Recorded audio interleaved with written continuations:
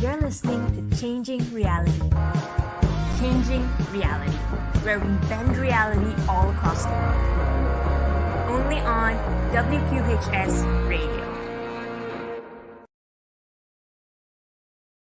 So welcome everyone to another episode of Changing Reality. I'm your host Harsha and you're watching us from WQHS Radio. So we're so excited to have you guys here with us on this Thursday evening. If you guys are tuning in from the University of Pennsylvania, from Philadelphia, or from wherever you are around the world. So once again, the show is called Changing Reality. If this is your first time on the show, welcome one, welcome all. Changing Reality is a show that features phenomenal people from all walks of life who are, in essence, as the show gives away, changing their own reality. And through the show, we'll have the opportunity to hang out and interview so many phenomenal people, from social change makers, industry leaders, pioneers of various fields, entrepreneurs, business owners, to even artists, musicians, and inspiring individuals from all across the world, so that we can hopefully hear their inspiring stories on how they're changing the world around them through their own experiences and the journeys that have brought them to where they are today.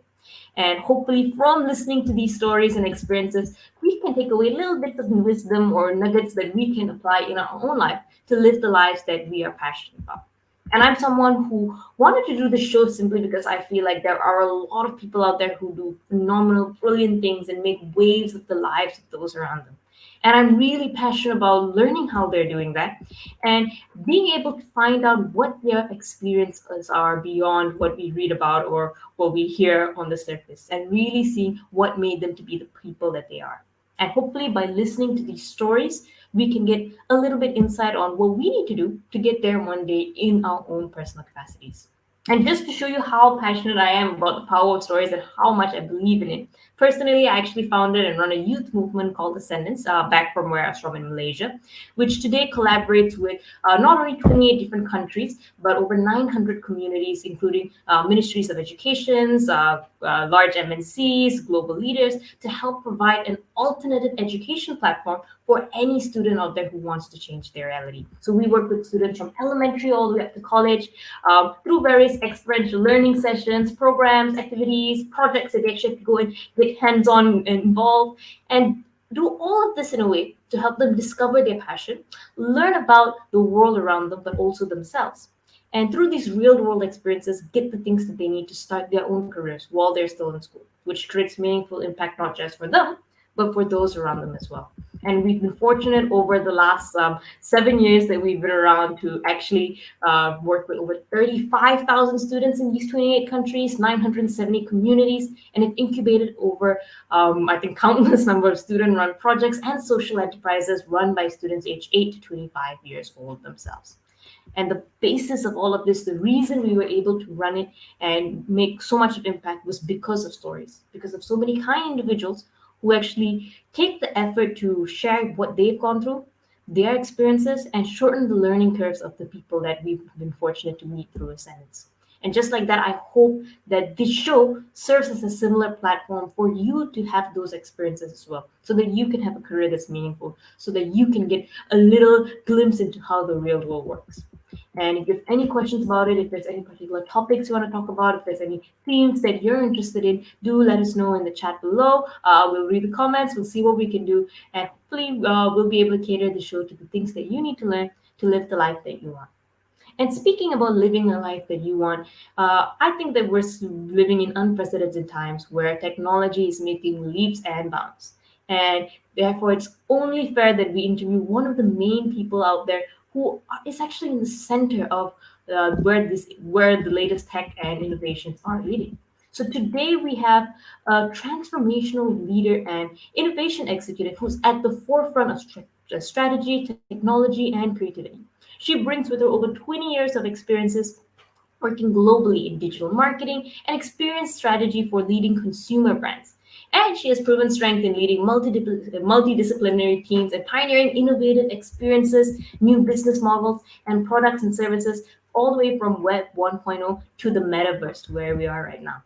So currently, our speaker is none other than the Managing Director of Strategy and Innovation at Accenture Interactive, where in her current role, she focuses on the strategic design and application of immersive technologies for businesses and brand transformation. And prior to that, she was also the head of global digital strategy and EVP at Havas Media Group, where she led and managed strategic planning worldwide with a focus on digitally integrating marketing, communications, and innovation. And prior to that, held so many other high position roles in the various fields.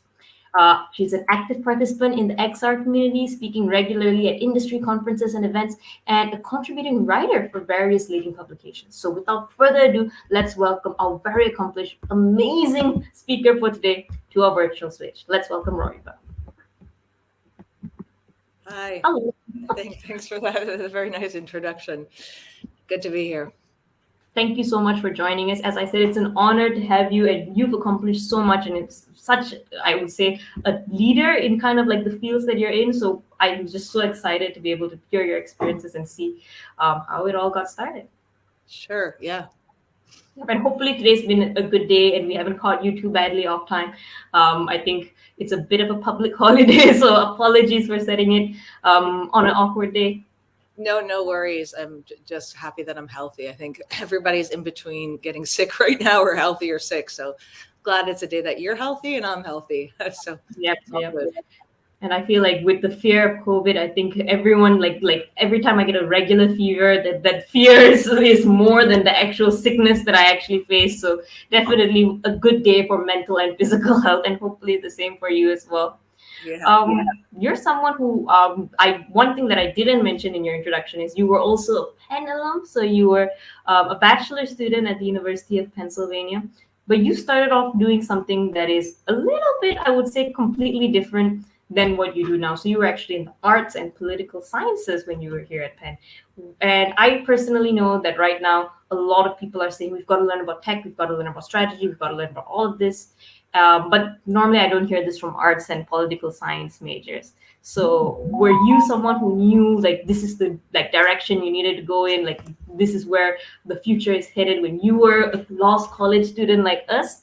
Or like what did you really think you were going to do going into Penn when you started out? Well, this really dates me, but when I started, the internet really didn't exist much. And, I came from, when I was in high school, I was painting, I was an artist, but, wanted to go to a school that wasn't just art, and wound up at, the University of Pennsylvania and was exploring different majors. I was lucky to be able to do an individualized major then, with art and political science. And originally I had thought about art and business, but what I was really looking for was, how at that point, if I think back, how people were trying to change the world around them. And at that point, art was the primary mechanism, whether it was visual arts or music and politics, right? We didn't have the internet. When I discovered the internet, while I was at Penn, we started to get email. And when I graduated, as an artist, I thought, wow, this medium, digital, is the next big medium that's going to enable me to be creative and explore. I didn't know how at that point.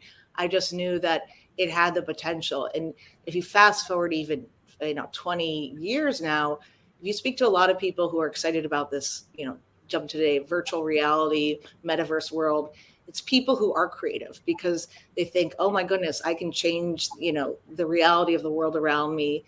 And create new environments and experiences. So strangely, they're linked. I think it's the creative mindset. It's the mindset that you're trying to see what's around you and where you can make things better or different. So when I was at Penn, like I said, there wasn't really much digital media. There was not even much art. We had the art house was, for people who remember, probably not people listening here, was this blue house, blue building, like on the field, I forget the edge of the campus. I've heard it's much better now. All right. So to all the artists at Penn, be grateful. Like she's the one who started all the stuff that we enjoy. So thank you to all the art majors out there who flourished at Penn and made them realize that okay, there's something here. But you mentioned something that I really loved, which is kind of seeing how art could change the world, and then linking that up with kind of like the knowledge from political science. And those are and I don't, and may not be a hot take, but like I personally feel that art is very, very relevant in kind of like political science and where things are moving in kind of like changing reality. I'm gonna quote the show title. But this is something that I think is something that I've learned after many conversations and many like the time spent with artists who are very passionate about using their mediums to change the world. I mean, my sister's a musician, and her tagline is "changing the world with music." So I've always been fortunate to be surrounded with those kind of people, and I sometimes still encounter those people who don't necessarily view it like that. How do you go about as a college student, kind of like navigating what and figuring out what interests you and coming to kind of like this intersection? I mean, excuse me, when I was at Penn, like I said, there wasn't really much of an art community. We created the first artist guild, and we used to do, these crazy things where we would plaster, like in the middle of the night, go out and put like sheets all over Locust Walk and say like, this is art, you're walking on art. So that when people woke up, they were like literally walking on art. We would do a lot of, public activations of art and the environment, because I think it's, out of sight, out of mind. If you don't see it, you don't think about it. So, so much of what at that point we were trying to do was just make, shake up the tree, make people on the university aware that there was, these individuals, groups of people like myself who were passionate about something beyond, let's say, economics and literature and now I think the world is so different. I think that the Penn community is so much more active and vibrant and in a way that we weren't back then. But I remember feeling like, I was a small little, we represented this minority. And I think that's something, wherever I've gone, I always want to bring forth like the alternative perspective and make large of it. I don't know if you still have this individualized major program at Penn. Do you know if that still exists? I do an individualized major with but I used to do a working adults kind of program. So, but mine also individualized major. So I do positive psych, organizational culture, and a third one on digital culture. So at least I would agree that it still exists. So yeah. Yeah, no, for me it was phenomenal because you got to sort of craft studies around where you were most interested. So yeah. No, it's amazing. And you went on to kind of like dabble in the art space. I think you one of the first few kind of like companies you worked at was actually called the Art Directors Club, which I think can't get more specific. Art is literally in the name of it. And how was the experience kind of like stepping out into kind of like the industry and actually having a job and a role among the art world in a way? Like, was it something like all your expectations came true and was like, yes, this is exactly what I thought it'd be, or was it a little different? Well, when I was at UPenn, I remember I worked at the Institute of Contemporary Art, and I loved the environment. I always felt like electrified being around contemporary art. And my plan, like I'm sure many Penn students, was to move to New York and get a job. And I didn't know exactly what I wanted to do. And I would say that nobody should feel worried if they're in that position right now, because you have a long road ahead and you might as well be as adventurous as possible. I don't think anyone regrets that. But anyhow, I was looking in the city for a job in an art gallery. And most of the jobs I was looking at were willing to hire me, to answer phones and be a receptionist. And I sort of wanted something more than that. And I came across this place called the Art Directors Club. And it actually wasn't a gallery in the sense that I thought, it wasn't for visual artists. It was a commercial art space. So people working in advertising and entertainment and media. So art directors, graphic designers, their work was on display there. And I got a job helping basically do marketing, develop new business, sponsors for their award show that they would do every year. This is in 1996. So the internet was taking off, and there was also new media, which is what we called it back then, was starting to happen. And so, we'd have these amazing exhibitions with like MTV or, I don't know, new Nickelodeon or new companies that were trying to create interactive experiences, new artists. So it was my first exposure to advertising, a world where people could make money around art and creativity that wasn't just, as direct as being a visual artist. So that was really exciting and interesting. No, absolutely brilliant. And I think like when we spoke previously, you mentioned that you originally wanted to major in art and business, but that was not something that they kind of like offered as a pairing. But like, I mean, in hindsight, art business is like a huge thing now. So. Wharton told me no at that time. I mean, I literally went first to Wharton. I mean, I have such a like love-hate relationship with business because, when I was at University of Pennsylvania, I was pretty anti the idea of business school. Although I guess if I think about it, it's a bit of a hypocrisy because I did go to Wharton and try to do a double major, a major that was about art and business. And then I wound up going to business school 4 years after I graduated. So, and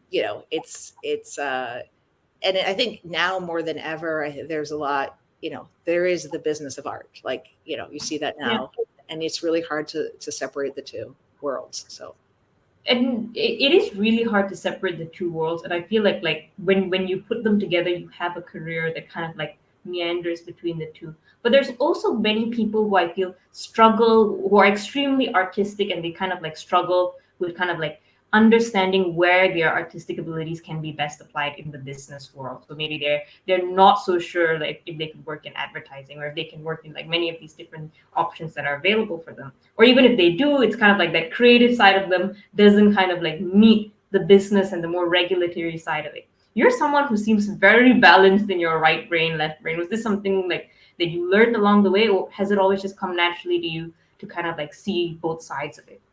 Yeah, I think it's, I wouldn't definitely say I'm not there's a lot of people like me, left brain, right brain. I think when your parents are both lawyers and you grew up wanting to be an artist, you kind of like somehow you learned to balance both sides of the world.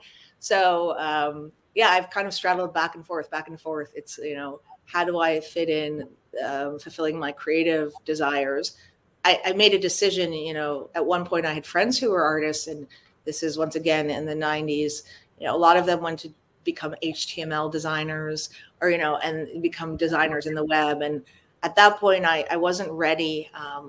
There's a certain mentality and personality that's willing to just like be an artist full time, get paid. You're opening yourself up to critique by clients.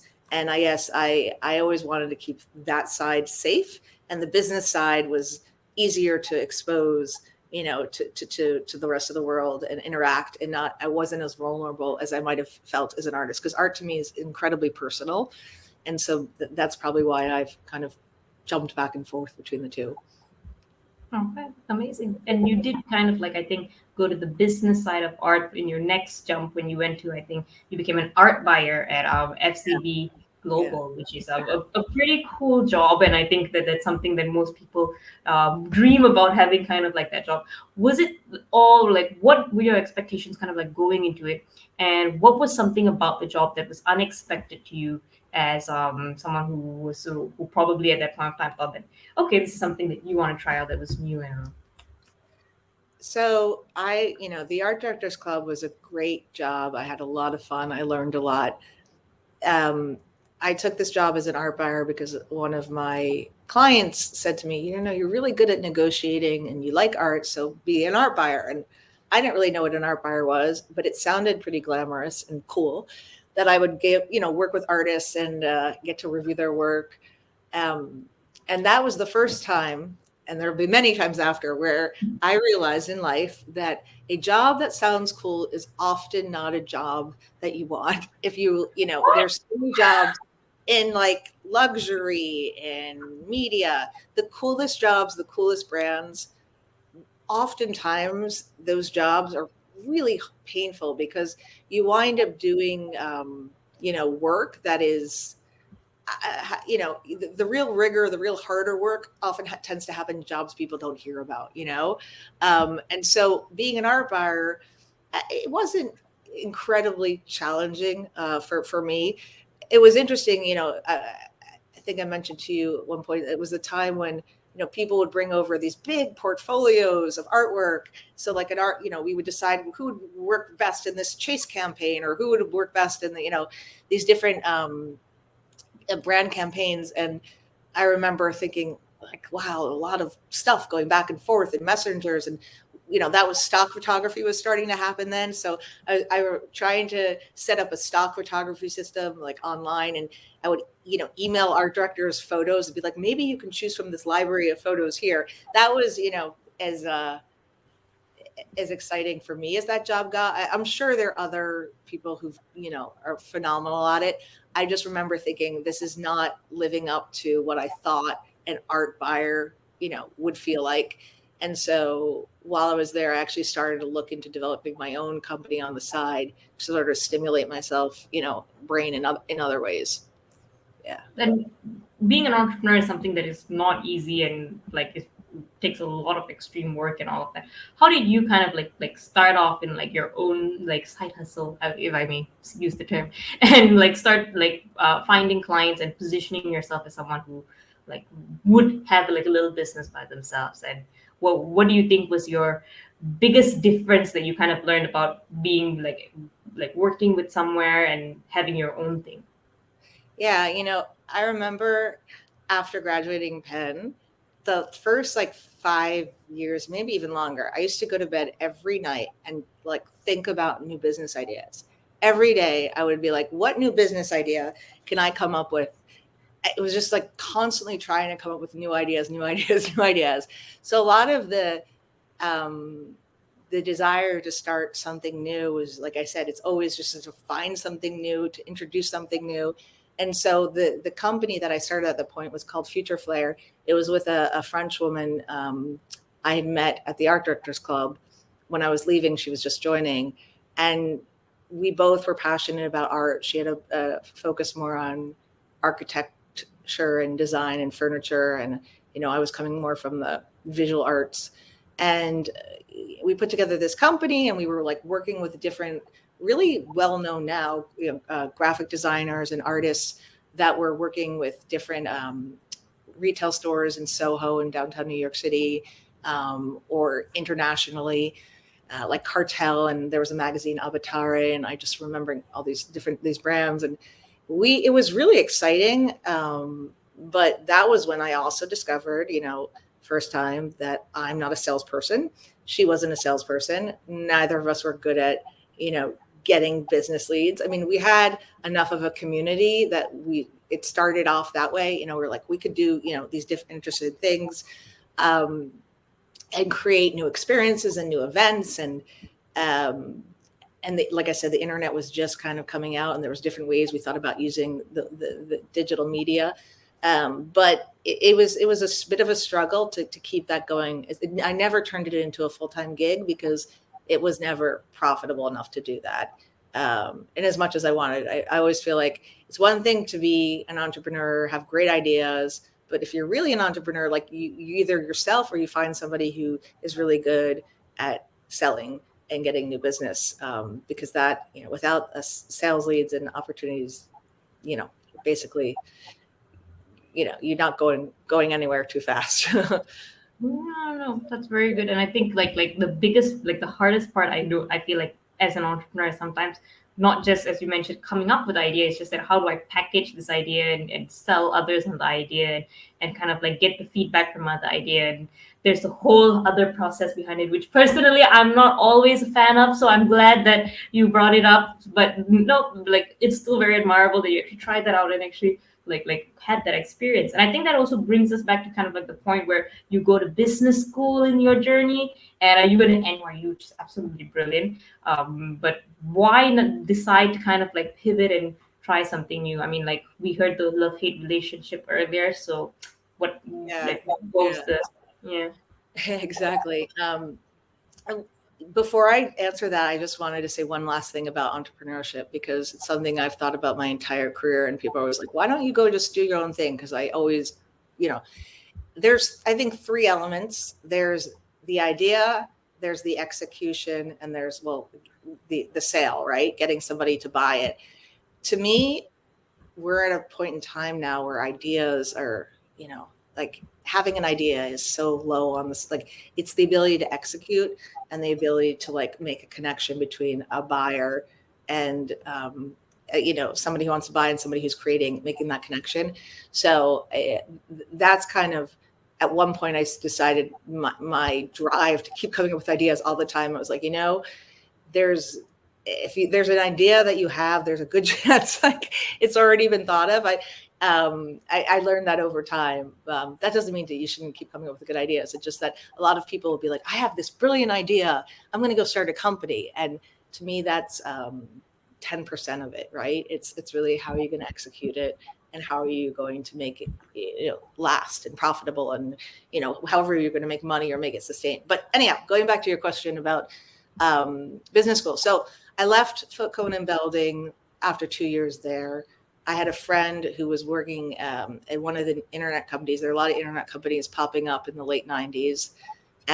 This company was called 𝐶𝐞𝐁𝐿 New Media. And I went over there to help them rebrand to 𝐶𝐞𝐫 Media because there was a copyright infringement with 𝐶𝐞𝐿 or something. And it was, a 50-person shop. We were building websites for, the first generation websites for a lot of brands. And it was really fun and interesting, and I learned a lot there. But, while I was there, in retrospect, it was only 4 years out of college. At that time, it seemed like a lifetime. It's like, wow, I'm not advancing as fast as I thought. I don't know what unrealistic, crazy expectations I had, where I would be 4 years out of college. But I thought maybe I just need to know more or do more things. And, I did have like family pressures, like, are you going to go back to business school? What are you going to do? And I thought, okay, I really did have a pretty liberal arts background. I did this individualized major, and there's probably a bunch about business or law or some other area of the world that I should know to round myself off. And as I said, my parents were both lawyers, and they're like, don't go to law school. They didn't encourage me to be lawyers. They're, business is what you want to do, because that way you can like choose a lot of different careers after that. And so I applied to NYU. I wasn't sure I was going to go. I was like, well, maybe, I'll be in New York City. And then I got accepted. And, right as I got accepted, the .com bust pretty much happened, like less than a year later. And so it turned out really fortuitous for me that I decided to go back to school then. I mean, what I really wanted was to make sure that I could understand what, I was missing in order to sort of like catapult myself forward, right? There was a whole world of business. What are the other people in the meeting, what do they know that I don't know? What do I need to do to move forward? Because I didn't feel like I had enough knowledge. So I was there for, the 2 years while the first generation of the, internet bust happened. And so that was a pretty interesting time. But I'm really, really glad that I went back to school then. I met some amazing people, and I did learn a lot of the skills that I use today, right? Just in terms of negotiation, economics, things that I just didn't want to deal with when I was an undergrad. So no, I think that's a very nice perspective. And I think that many times I feel like I first of all, I have to address the point where you say like 4 years out of college and you have unrealistic expectations. Thank you for setting our expectations right for all our college students listening. But I also like that part about kind of like going back when you feel like you need to learn something and kind of like trying to figure out what it is that you need to learn to kind of like bring it to the next level in a way. And you did your MBA, if I'm not mistaken, in marketing and information systems, which is very, very cool, but also slightly different from the art side of things that you were working on prior to that. So this kind of like is a bit of a kind of like, I would say, a pivot in your career after that, where you started going more into kind of like interactive marketing and all of that.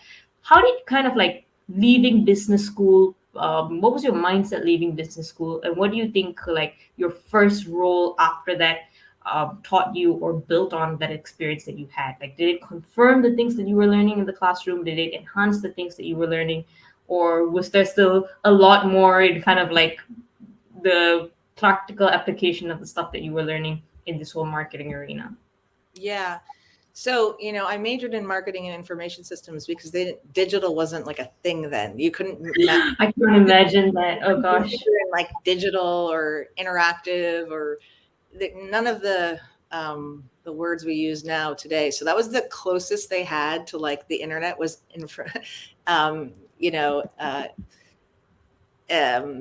that was the closest term they had. And so,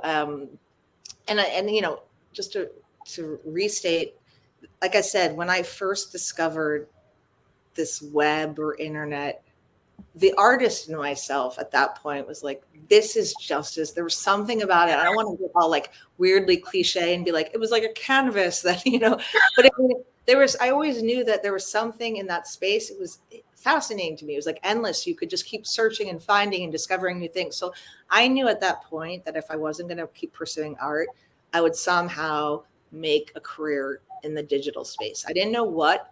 Certainly didn't know it was going to definitely be advertising. I didn't know if it was going to be marketing. I just knew that the medium was calling me and that somewhere within that digital space, I wanted to be engaged.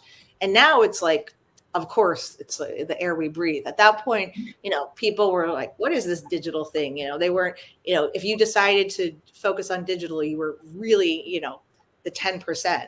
And that was like that for a long time, So the job that I took a summer internship when I was in business school. None of all the .com companies had, were going out of business. And so Credit Suisse Asset Management was looking for somebody to help them with their websites and understand like who was visiting their web pages and, where were they coming from and how long were they staying. And so I spent my summer creating this massive book of like every web page on Credit Suisse Asset Management and like, detailed web metrics, of like how many visitors, how long did they stay, email campaign analysis, like anything that we could track and have data around.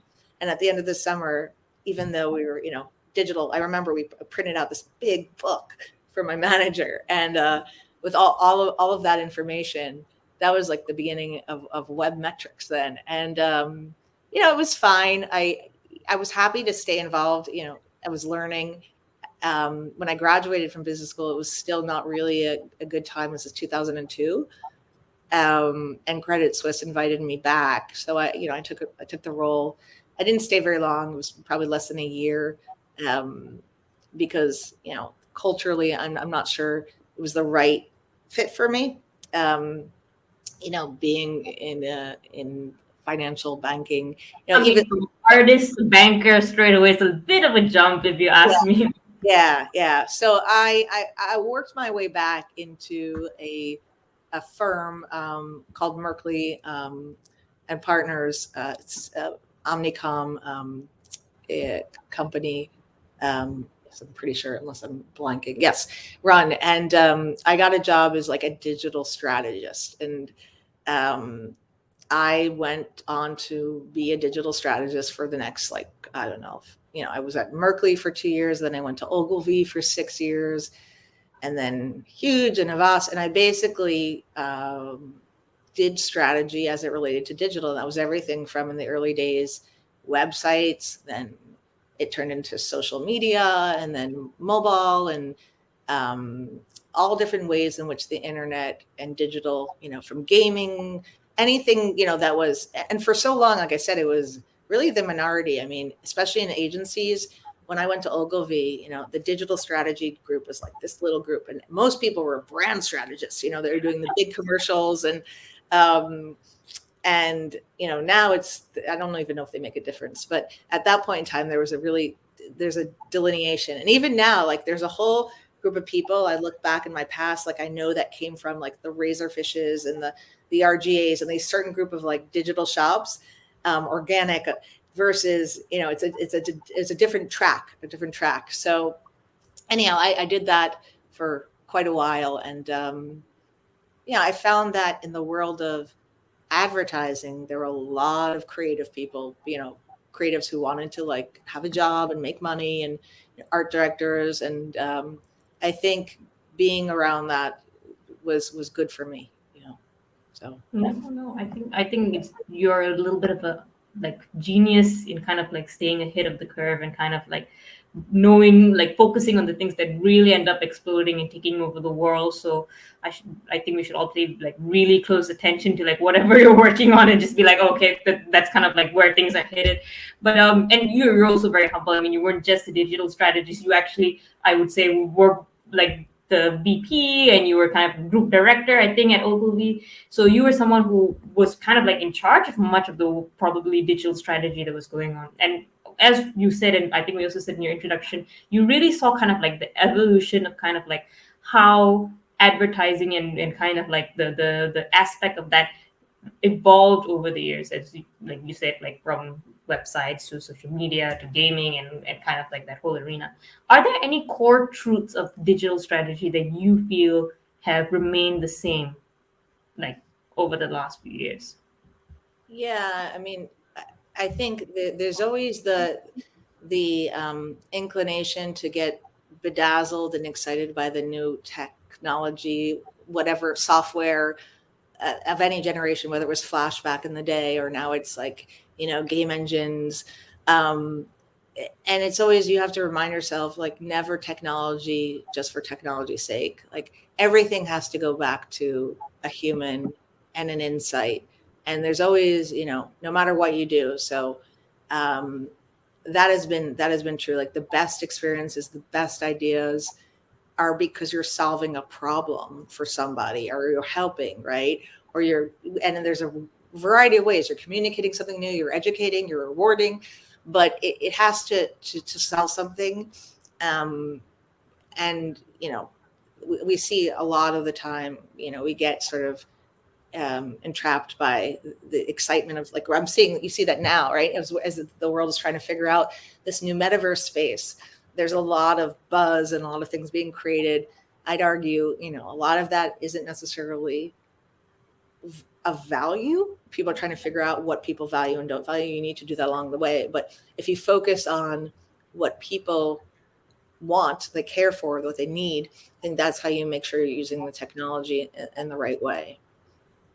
Oh, very well said. And if I could kind of like describe like your story and how you move around, is you always kind of like seem to go with your gut, you follow your heart, and you're like a risk taker in that sense, I think, career wise, but also in kind of like your own journey. I think you tried out many different things. And one of the things I think when we were chatting earlier is that while you were at Ogilvy, you went abroad for a while and you lived in France for a while, which is something that I personally think you have so much like courage. And I'm so amazed that you actually like took the time to do that, because I know so many people who are like, well, I'm already rising in the corporate career, and like I don't want to kind of like put a pause on that, and like they put a pause on things that their heart wants to do, things that they want to try out, just because they feel like they're already making it somewhere and they don't want to kind of like rock the boat. But you did something absolutely amazing. I think you managed to still like grow in your career, but at the same time like took a bet on trying something new. I think for a while, even relocating to France for a period of time. Tell us a little bit about like that experience in your life, why you decided to do it, and how kind of like you found the ability to do it in a way. Yeah. So I'd been at Ogilvy, I think 5 years, and I, at that point, was doing digital strategy, maybe 8 or 9. It seemed at that point I was doing it forever. And I was restless, and I thought, and I was still single, not married, no kids. And I was a bit of a Francophile then. I really, really liked, everything French. So I wanted to either, do something bold, like, move to France, or try to go and be an artist again, And so I just made the decision, that I wanted to do it. The generation before me, like my parents, had the same job their whole lives. They didn't do things like this. I guess now I never thought of myself as like a risk taker. I guess it was a little risky, but the reality is, like, my generation, your generation, like, that's encouraged. That's, people, you have so many opportunities. You know, I knew other people who were leaving their jobs and doing other things. I mean, it was the time of the internet. So like, you know, people were moving to Silicon Valley. People were like launching their own, like any possible idea was a new company at that point. So there was a lot of momentum in the air. I don't remember feeling like it was that bold, but I did, you know, I decided I was going to go, and I didn't even know if at that time 𝐿𝐺𝐵 was going to support me. And luckily, you know, Brian Featherstone Ha, who was the CEO then of 𝐿𝐵, he supported me. And so I was able to, you know, I swapped my apartment before I knew, you know, if the company was going to back me. And then I had a job at 𝐿𝐵 France, Paris, for about 6 months. And, you know, where I worked, we had IBM was a big campaign we worked on then. And Remy Cointreau, I remember we went down to see the liquor, where they had their liquor in France. That was very exciting for me at that time. So, you know, it was, it just felt like something you just need to do. Right. It never felt really that crazy. Like I said, I think if you have the luxury of being able to keep challenging yourself, you know, I know that's somewhat of a privilege to do that, you know, to be able to just say, I'm going to go do this, I'm going to do that. Not everybody has that ability, but, you know, my ambitions and aspirations, like materially, aren't that high. So I felt like I could, you know, I was living in a rent stabilized apartment. You know, I never wanted to conquer the financial world. It was more about conquering the intellectual and creative and artistic worlds, you know. I think you said it very beautifully, and I think that you probably touched many of the hearts of the viewers, and they're in tears now, and they're all planning their next trip to wherever their heart has been bugging them to go. So no, very, very well said. And tell us a bit about kind of like coming back and kind of like figuring out what your next steps were. So I think you spent like some time at another amazing agency, I think Havas Media Group, and then you moved on to your role at Accenture Interactive, where you are now. What was the journey like on the way back, and how did you end up moving to one of the most complicated to learn about fields that people crack their heads over and still like struggle to understand to this day? Like, no, like you've already been a very complex person, like just from the way that you see things. I see, okay, she's really smart. She works in strategy. I'm sure she's really like got her brains together or something. But how was kind of like the journey towards like literally being in a very, I would say, like, I wouldn't say scary, but I'd say very volatile field in a way, where new things are happening and new innovation is like literally at the forefront of technology. Tell us how you went from France to there in a way. Well, in a quick minute, when I didn't wind up moving to France. It was really difficult to get a visa. There's lots of reasons why it didn't work out. And I won't get into depth. I went to try to do some art for a little bit. Eventually I wound up at Havas. And the reason I took the role at Havas, it was a global role. And even though I wasn't going to live in France, I was like, this is great. This is a role where I get to travel around the world and interact with different cultures. And it was also media. And so at that point, you know, if you work in advertising, there was always been a clear distinction between creative media and like media, like the people who buy the commercials versus create the commercials, and so it was, at this point, Facebook, Google, all of these media companies were so intrinsically involved in the digital space. You couldn't just have a website. You had to have like a page on Facebook or YouTube. That I thought it would be interesting to learn about the media side, not just the creative side. So I joined Havas. I was there for about 5 years. I reported to the CEO, who was in Puteaux, right outside of Paris, and it was brilliant. I spent those 5 years, going to South America, to APAC, all through Europe, basically, working on how different formats of digital can be used to, launch new products. I mean, I won't say it was saving the world by any means. I mean, we're talking about launching, cars or chocolate or we also had this meaningful brand survey, which was all about, they still do to this day, how do brands move from just product driven to purpose driven, right? So the brands, like you see more and more brands focusing on purpose when they're trying to, basically sell you goods, but that's much more important. And while I was at Havas too, I also found myself, digging into other, areas of digital, like robotics and wearables. I mean, the Fitbit and these watches were coming out, and so there was all this myriad of different tech that was happening. And so once again, I sort of shifted after about 5 days there, and I was like, this innovation space of digital seems really interesting. It's the next frontier of like where there's going to be interactivity and experiences. And I just happened to go to like an early on Facebook Oculus conference and try a headset. This is back in 2014, 15, I can't remember.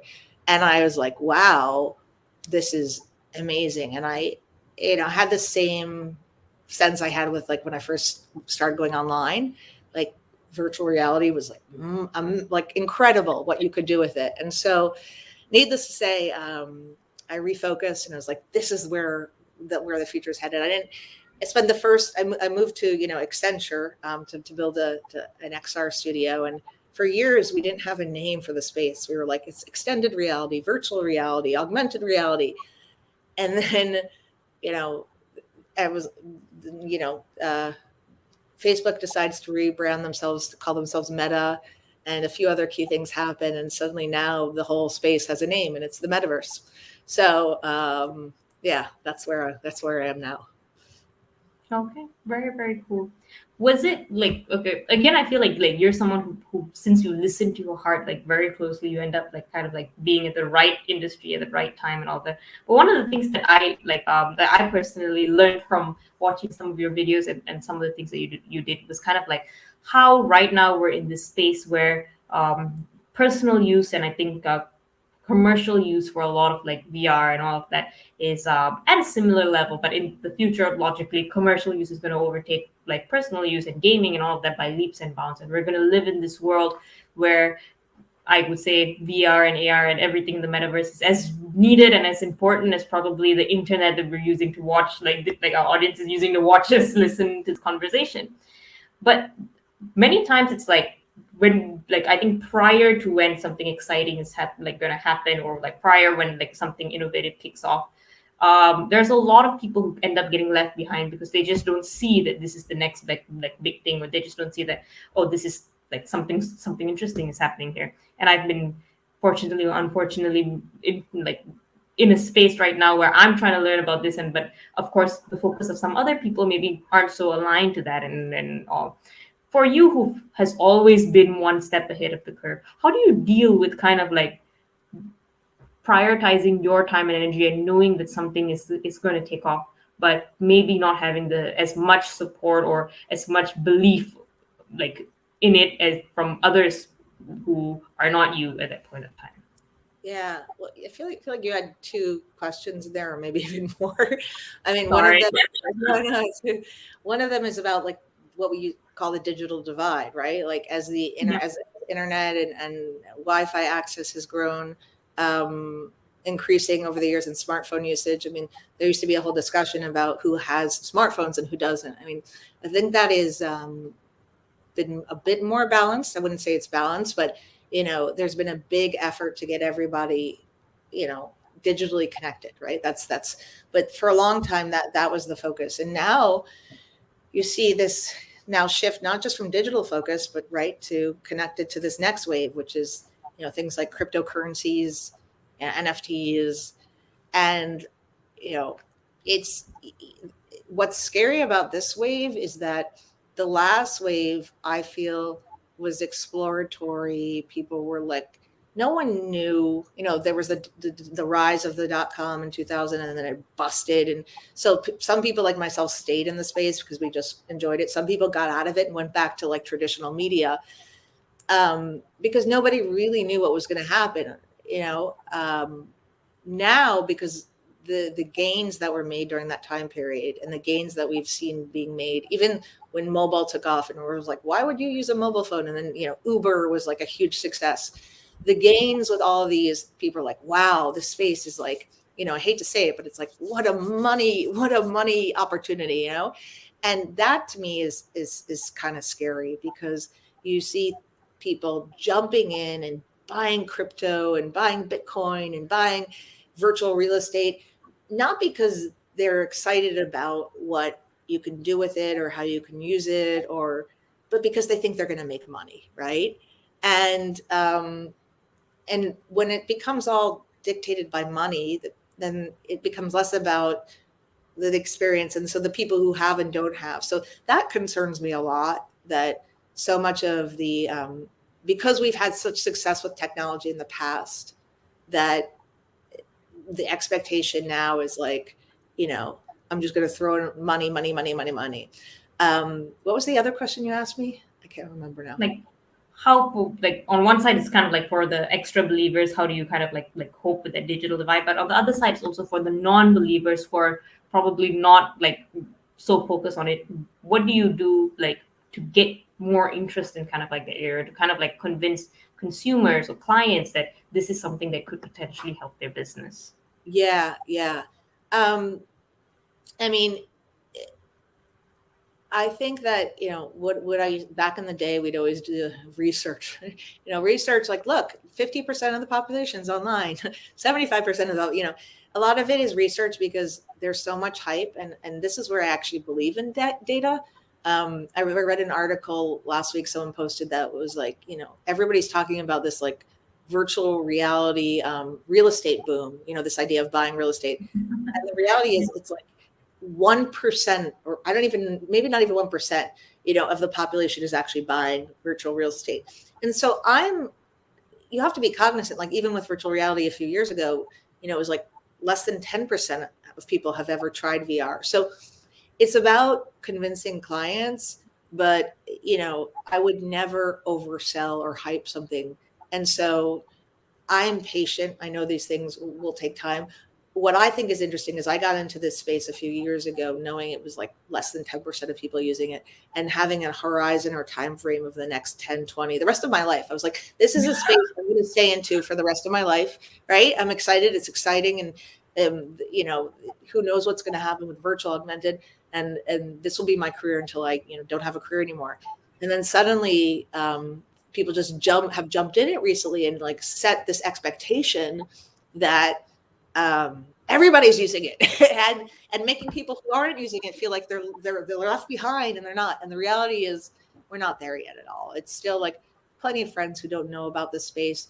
Should you be interested? Perhaps yes, but it's gradually happening over time, right? I think it's always good to be educated for people who don't like technology. Like with everything in life, you want to be educated so you can make an informed decision, or you can influence the decisions that are being made, even if you don't like, the space, even if you're, not interested in technology. It's still important. So I send my parents articles all the time about like, this is what NFTs are. This is why you should, just be aware, right? But so it's a mixed message there. I would say like, it's good to be aware, but you don't necessarily need to jump into it right now, because we're still, developing the tools. We're still not, like, headsets are still kind of heavy, maybe Apple comes out with their glasses, which they say in a year or so, we'll have that moment of the iPhone where, it becomes democratized and everybody starts using it. So. All right. Very, very, very nuanced thoughts. And I think that talking to you is very helpful to kind of like ground us among all of the hype and all of kind of like what people are like just getting, as you said, excited over kind of like what 1% of the population are doing, and kind of like just latching on to that, and maybe not looking at kind of like the whole big picture, as you very, very like I don't know, put it in such a simple yet kind of like understandable way. So thank you so much for like kind of like breaking that whole thing down. What is one thing that you wish more people knew about this space, or one thing that if you could ensure that everyone out there knew one thing about this whole metaverse space, what would it be? Oh, that's a good question. I was going to say, before you asked that I hope I wasn't sounding too like negative or too, I guess I'm a bit of a realist, even though I No, believe it's in reality. So because ultimately I find the space fascinating, and I find, what's possible when you move into different dimensions, and there's no gravity and there's no borders, and I find that really, really exciting. I think that you'd be surprised probably. Now I feel like I'm contradicting myself, but in as much as the technology is being developed, the technology is also available everywhere. Like when you use your phone and you use a filter, and the filter changes your face and puts, whether ears on you, or you changes your lipstick, or that is a form of, augmented reality. And that's one of the elements of the metaverse, which is like the mixing of the digital and physical worlds.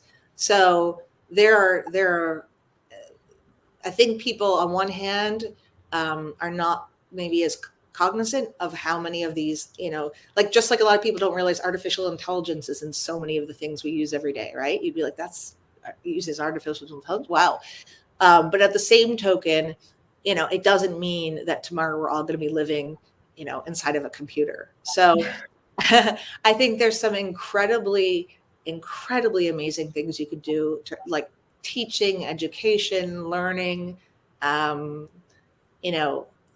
this technology is going to enable us to do. So, I mean, I'm a big proponent of the space, but like with everything, we have to keep our eyes very open because of data and ethics, and with all, what is the quote? With all great advances or brilliant inventions comes great evil or harm, or there's some quote that says, every advancement has the potential for the negative. So you have to think about that. And not to quote any great inventor, but to quote Spider-Man, with great power comes great responsibility. That's with probably it. Right? Yeah, that was probably what I was trying to get. I couldn't remember. Yeah. Spider-Man, he just gets it. But anyway, but no, very well said. You are again someone who's absolutely brilliant. You have like always like been at the forefront of things. You are someone who I personally am very inspired by just listening to your story, because it's not a traditionally conventional path of that I think most Penn students would set out to think that this is like what we'd want to do. But you are always kind of like at the right place at the right time, and you seem to be having the time of your life, learning new things. So, what would your advice be for all of, I don't know, the students right now who are living in this world where they can see kind of like on the horizon some big changes is coming? They're living through a period of change, and they are equally as confused about their current reality and their future and what they're going to do next. Anything that could hopefully give us a little bit of clarity? Well, I mean, hearing you say these great things about my career, it's, in the moment, you don't feel that. Even now, I'm like, I have yet to accomplish what I need to accomplish. So, life is all about perspective. And so I never at one moment during my life thought, wow, I'm really, changing things up or doing things different. I tried to do what I enjoyed, and, make some money doing it. I didn't, there's the philosophy of, you basically have a job to make money. I don't subscribe to that philosophy, right? I recognize the importance of making money, but I always tried to take jobs where I, enjoyed what I did. And, I think we were talking about is like, how do you even know what you're good at or what you like, right? And that's not apparent, and I remember when I first started my job in advertising, like I said, I wound up in advertising because I just liked the digital space and it seemed creative in advertising. But even in advertising, I remember that my first boss said to me, well, are you an account person or are you a strategist? And frankly, I didn't know. I was like, really, now I know the difference. Like an account person, you're like client facing, you're dealing with the clients, strategists, you're coming up with the ideas. And some people like the, interaction. I was like, he's like, of course you're a strategist. So luckily he told me. I didn't need to figure that out. And in retrospect, I'm like, of course I am. So sometimes it's having people tell you like, hey, you're good at this. You listen to them and you follow what people say you're good at, and sometimes and I've used that ever since then. Like strategy is the core of what I stick to, whatever I do. Right. So, And every time I discover I like something, I try to add it to my, like, oh, I like technology. I'm going to add it, and I'm going to push something off of myself that I don't think I'm good at. Because not the worst, but I think the challenge is as you're developing, is everybody gets confused. Like, I like everything and I want to do everything, or I like nothing and I don't want to do anything. Like, how do you figure out which direction you go in? So it's a process that I think of constantly chiseling and changing and not being afraid to do that, No, very well said. And we should write a thank you note to your first boss for pointing that out, because he obviously like got that right in like his first try. But no, that's very, very nice to hear. And I think it gives me at least a little bit more confidence, and hopefully our audience a little bit more confidence. And thank you so much for actually spending your time with us and being here to share these experiences with us. Again, as I said, I think I said it too many times, but I really enjoyed today's interview, and I hope that you enjoyed talking to us as much as we did listening to your experiences. Yeah. Well, thank you. Thanks a lot. I mean, I would just say, for anyone listening, like, do not be afraid. That's the fear, is what, fear of like doing things differently, trying new things. That's the only way you make progress. So for yourself, for the world. So that's what I would recommend. So yeah. Very well. And with that, sadly, I guess our interview for today is drawn to a close. We had an amazing guest speaker and we had an amazing audience. Thank you guys for listening. And if you guys have any questions, drop it in the comments. I'll see what we can do about them. And if you guys want to talk about anything else that you may be wanting to explore, let us know as well. And with that, this has been Changing Reality. And we hope you have a great week and see you again next Thursday. Bye. You're listening to Changing Reality. Changing Reality, where we bend reality all across the world. Only on WQHS Radio.